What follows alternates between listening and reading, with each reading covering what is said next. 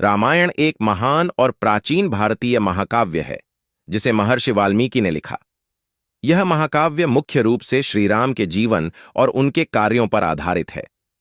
इसमें भगवान श्रीराम के जन्म से लेकर उनकी राजीव, सीता के साथ वनवास, रावण वध और अंत में श्रीराम के अयोध्या लौटने तक की कहानी है।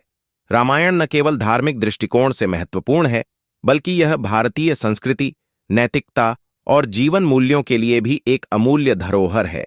रामायण के प्रमुख पात्रों में भगवान श्रीराम, सीता, लक्ष्मण, रावण, हनुमान, सुग्रीव, विभीषण, माता कैकेयी, दशरथ आदि शामिल हैं। रामायण में कई प्रेरक घटनाएं, संवाद और पात्रों के चरित्र विकास के साथ ही जीवन के विभिन्न पहलुओं को दर्शाया गया है। 1. श्रीराम का जन्म और बाल्यकाल। रामायण का आरंभ अयोध्या के राजा दशरथ के घर से होता है। राजा दशरथ अपनी 3 पत्नियों के साथ दुखी थे क्योंकि उन्हें कोई संतान नहीं हो रही थी। इस समस्या के समाधान के लिए वे एक यज्ञ करते हैं, जिसके फलस्वरूप उन्हें 4 पुत्रों का आशीर्वाद प्राप्त होता है। ये 4 पुत्र थे: राम, लक्ष्मण, भरत और शत्रुघ्न। श्रीराम के जन्म से अयोध्या में खुशहाली छा जाती है और उनके परिवार में एक नया उल्लास आता है।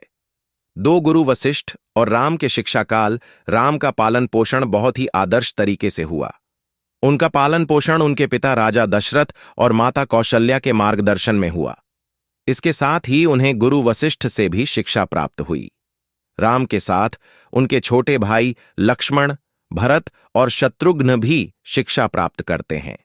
श्रीराम के चरित्र में संयम, साहस और सत्य के प्रति निष्ठा की भावना गहरी थी, जो उन्हें एक आदर्श व्यक्तित्व बनाती है। 3. सीता स्वयंवर। रामायण का एक महत्वपूर्ण भाग सीता स्वयंवर है, जिसमें भगवान श्रीराम ने भगवान शिव के धनुष को तोड़कर सीता से विवाह किया। सीता का स्वयंवर आयोजन राजा जनक द्वारा किया गया था। सीता के लिए कई राजकुमारों ने धनुष तोड़ने का प्रयास किया, लेकिन कोई भी सफल नहीं हो सका। अंत में श्रीराम ने धनुष तोड़ा और सीता को अपना वर पाया। इस घटना ने राम के साहस और ताकत को उजागर किया। 4. सीता का वनवास। राम के जीवन का सबसे दुखद प्रसंग सीता का वनवास है। जब राम को राजा बनने का आदेश दिया जाता है, तो उनकी सौतेली मां कैकेयी, जो पहले से ही राम के खिलाफ थीं, ने राम के वनवास की मांग की। राजा दशरथ की मृत्यु के बाद सीता, राम और उनके भाई लक्ष्मण को अयोध्या से वनवास भेज दिया जाता है। यह घटना राम के जीवन के सबसे कठिन समयों में से एक थी और यह दर्शाता है कि जीवन में चाहे कितना भी संघर्ष हो, सत्य और धर्म के मार्ग पर चलना चाहिए। 5. रावण का अभिमान और सीता हरण। राम, सीता और लक्ष्मण जंगल में वनवास के दौरान रावण, लंका के राक्षसों का राजा, सीता का हरण कर लेता है। रावण का यह कार्य उसकी अहंकारिता और भगवान श्रीराम से प्रतिशोध की भावना का परिणाम था। रावण की यह गलती उसकी आत्महत्या की ओर ले जाती है, क्योंकि उसे यह नहीं पता था कि सीता का अपहरण उसे और उसके परिवार को नष्ट कर देगा। सीता के हरण के बाद राम ने अपनी सेना तैयार की और रावण से युद्ध की तैयारी की। 6. हनुमान और राम के साथ सहयोग। रामायण में हनुमान का पात्र बहुत महत्वपूर्ण है। हनुमान, जो वानर राजा सुग्रीव के सहयोगी थे, राम के परम भक्त थे। हनुमान ने सीता का पता लगाने के लिए समुद्र पार किया और लंका पहुंचकर सीता से मिलने में सफलता प्राप्त की। इसके बाद हनुमान ने राम का संदेश सीता को दिया और रावण के साथ युद्ध की तैयारियों में भी राम की मदद की। हनुमान का बल, बुद्धिमत्ता और राम के प्रति निष्ठा उसे रामायण के सबसे प्रिय पात्रों में से एक बनाती है। 7. लंका युद्ध और रावण वध। लंका में राम और रावण के बीच का युद्ध रामायण का प्रमुख घटनाक्रम है। राम ने राक्षसों की विशाल सेना से जूझते हुए रावण को हराया।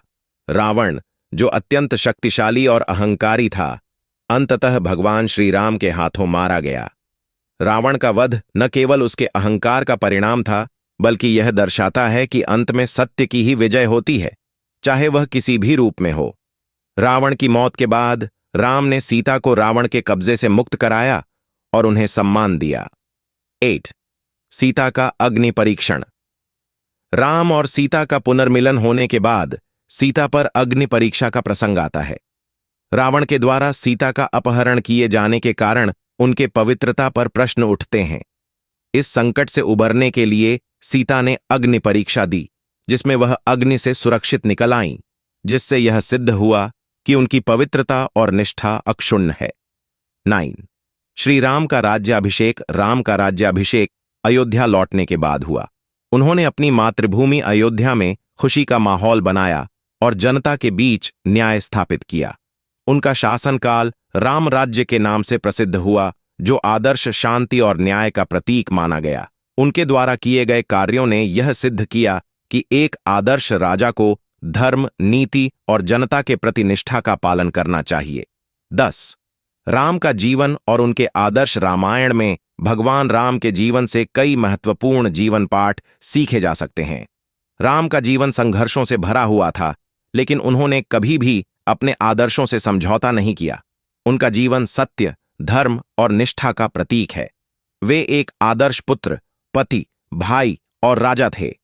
रामायण के माध्यम से हमें यह सीख मिलती है कि चाहे जीवन में कितने भी कठिनाइयां क्यों ना आएं, हमें सत्य और धर्म के मार्ग पर दृढ़ रहना चाहिए। रामायण का संदेश केवल धार्मिक नहीं है, बल्कि यह मानवता, नैतिकता और जीवन के मूल्यों के संदर्भ में भी अत्यंत महत्वपूर्ण है। इसके पात्र और घटनाएं आज भी समाज में प्रेरणा का स्रोत बनती हैं। कृपया चैनल को लाइक और सब्सक्राइब करें।